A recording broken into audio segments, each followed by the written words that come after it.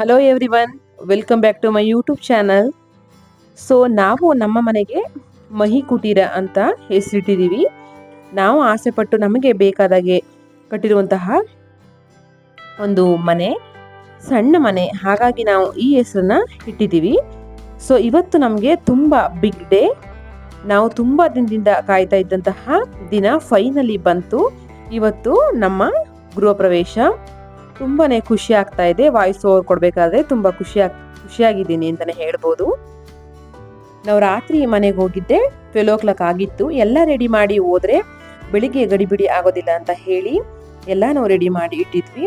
ಏನೋ ಒಂಥರ ಖುಷಿ, ಭಯ, ನಿದ್ರೆನೇ ಬರ್ತಾ ಇರಲಿಲ್ಲ. ಒಂದು 2 ಅವರ್ ಕೂಡ ನಿದ್ರೆ ಮಾಡಿಲ್ಲ ನಾವು.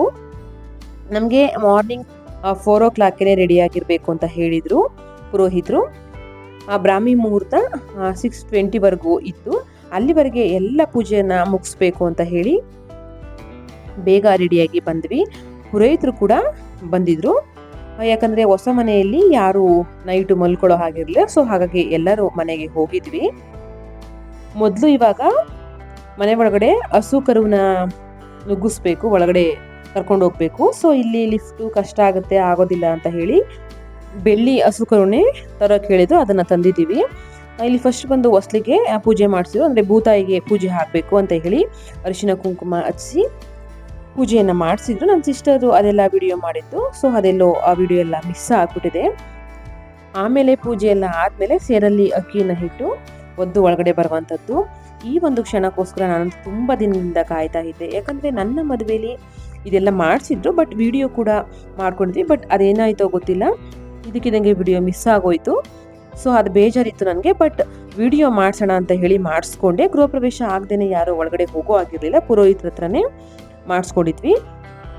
ತುಂಬಾ ಖುಷಿ ಆಗ್ತಾಯಿತ್ತು. ಕೆಲವೊಬ್ಬರು ಒಳಗಡೆ ಪ್ರವೇಶ ಮಾಡಬೇಕಾದ್ರೆ ಗಂಗೆ ತಗೊಂಡು ಹೋಗ್ತಾರೆ. ಈ ಪುರೋಹಿತರು ಆ ಥರ ಏನು ಹೇಳಿರಲಿಲ್ಲ. ಇಲ್ಲಿ ನಾನು ಧಾನ್ಯಗಳನ್ನು ಹಿಡ್ಕೊಂಡಿದ್ದೆ, ಹಸ್ಬೆಂಡು ಮನೆ ದೇವ್ರ ಫೋಟೋನ ಹಿಡ್ಕೊಂಡಿದ್ರು.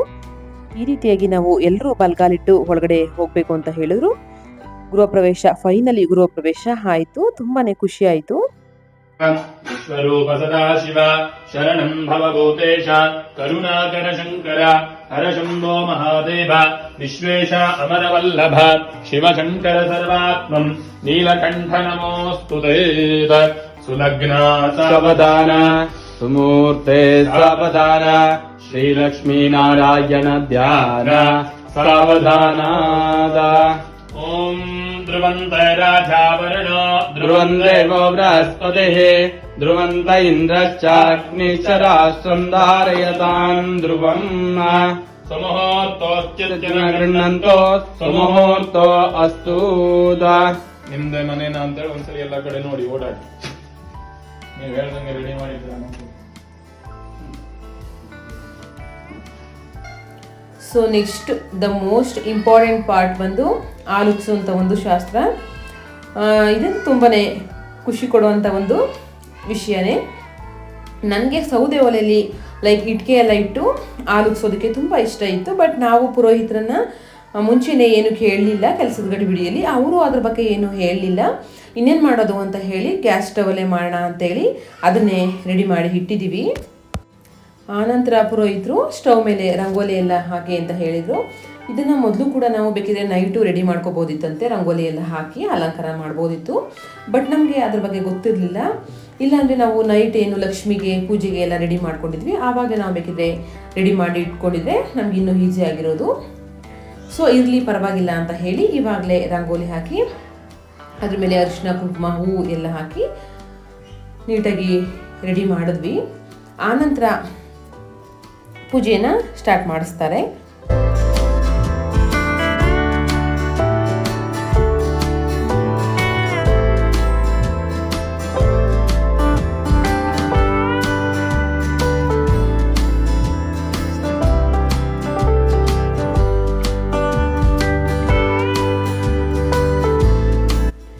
ಆನಂತರ ದೀಪವನ್ನು ಹಚ್ಚೋದಕ್ಕೆ ಹೇಳಿದರು. ಯಾಕಂದರೆ ನಾವು ಯಾವುದೇ ಕೆಲಸ ಮಾಡಬೇಕಾದ್ರೂ ಮೊದಲು ದೀಪನ ಬೆಳಗಿ ಆನಂತರ ನಾವು ಪೂಜೆಯನ್ನು ಮಾಡಬೇಕು. ಸೊ ಹಾಗಾಗಿ ಮೊದಲು ದೀಪವನ್ನು ಹಚ್ಚಿ ಆನಂತರ ಕಾಯಿ, ಎಲೆ, ಅಡಿಕೆ, ಬಾಳೆಹಣ್ಣು ಅದನ್ನು ಇಡಿಸಿ ಪೂಜೆಯನ್ನು ಮಾಡಿಸಿದ್ರು. ಆಮೇಲೆ ನಾವೇನು ಹಾಲು ಸುದಿಕೆ ಅಂತ ಪಾತ್ರೆ ತಂದಿರ್ತೀವಿ, ಹೊಸ ಪಾತ್ರೆ, ಅದಕ್ಕೂ ಕೂಡ ಅರಿಶಿನ ಕುಂಕುಮವನ್ನು ಹಾಕಿ ಹಾಲನ್ನು ಹಾಕಿ ಪೂಜೆ ಮಾಡೋದಕ್ಕೆ ಅಂತ ಹೇಳ್ಕೊಟ್ರು.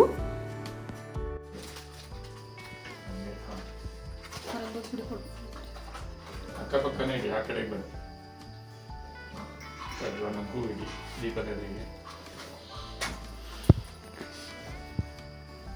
ಪ್ರಾರ್ಥನೆ ಮಾಡ್ಕೊಂಡು ದೀಪ ಹಚ್ಚಿ ಸದಾ ಕಾಲ ಮನೆಯಲ್ಲಿ ದವಸ ಹೇಳಿ ಪ್ರಾರ್ಥನೆ ಮಾಡಿ ಹಚ್ಚಿ.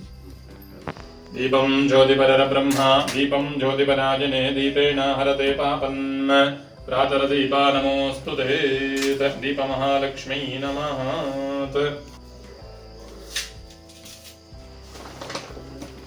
ಕತ್ತಿ ಇತ್ತ ಗುರುವಣ್ಣ ಮನೆಯಲ್ಲಿ ಚಾಕು ಇದೆ ಬೇಕಾ? ಕಾಯಿ ಹೊಡಿ ಕಲ್ಲಿದ್ದಲ್ಲ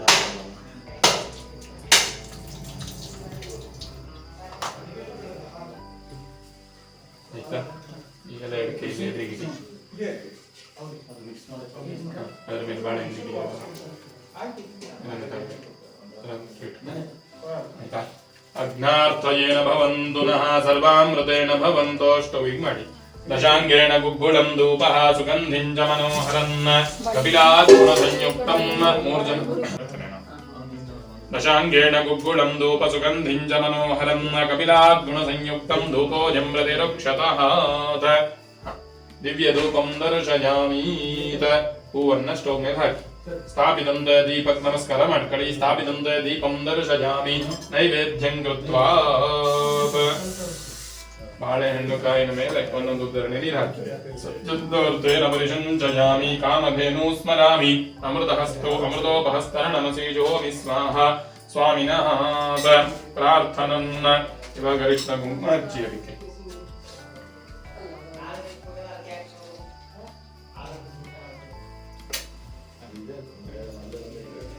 ಅಲ್ಲ ಇಲ್ಲಿ ಅವ್ರಿಗೆ ಗೊತ್ತಿಲ್ಲ ಇದು ಪಂಚಾಮೃತ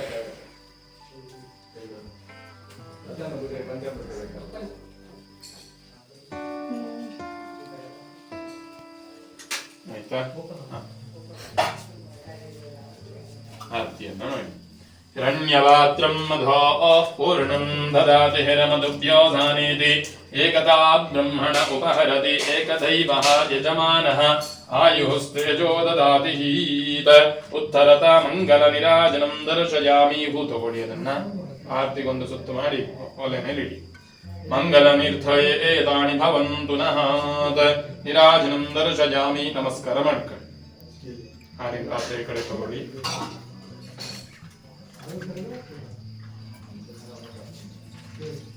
ಈ ಜನ ಹಿಡ್ಕೊಳ್ಳಿ ಹಾರಿನ ಪಾತ್ರೆ. ಇದಂತ ಹಿಂದ್ಗಡೆ ಹುಷಾರು, ನೀವು ಒಲೆ ಹಚ್ಚಿಟ್ಟಿದ್ದೀರಿ. ಪ್ರಾರ್ಥನೆ ಮಾಡಿಕೊಂಡು ಹಾಲು ಹೇಗೆ ಉಕ್ಕಿ ಹರಿಯತ್ತೋ ಅದೇ ತರ ಈ ಮನೆಯಲ್ಲಿ ಸದಾ ಕಾಲ ಸುಖ ಶಾಂತಿ ನೆಮ್ಮದಿ ದವಸ ಧಾನ್ಯ ವಸ್ತು ವಾಹನ ಎಲ್ಲವೂ ಕೂಡ ತುಂಬಿ ತುಳುಕ್ತಾ ಇರ್ಲಿ ಅಂತೇಳಿ ಪ್ರಾರ್ಥನೆ ಮಾಡಿ ಒಲೆ ಮೇಲೆ ಇಡಿ. ಯಾರು ಒಬ್ರು ನೋಡ್ಕೊಳ್ತಾ ಇರ್ಬೇಕು.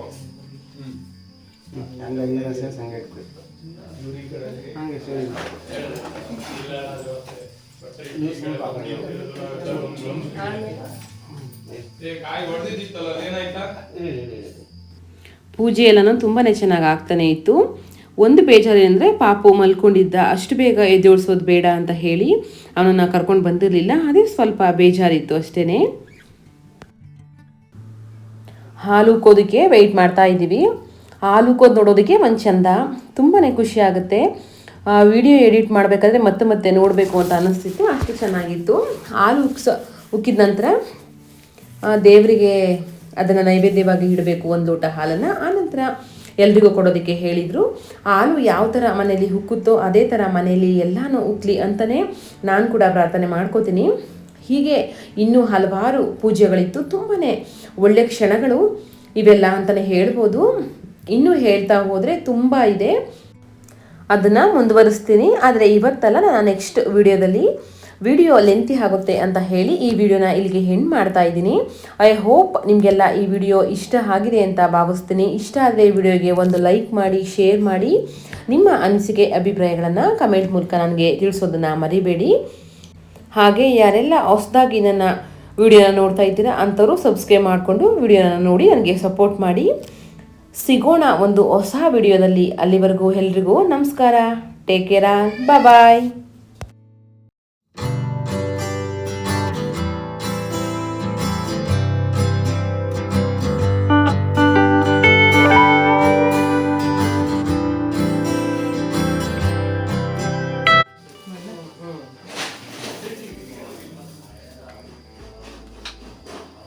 ಸರಿ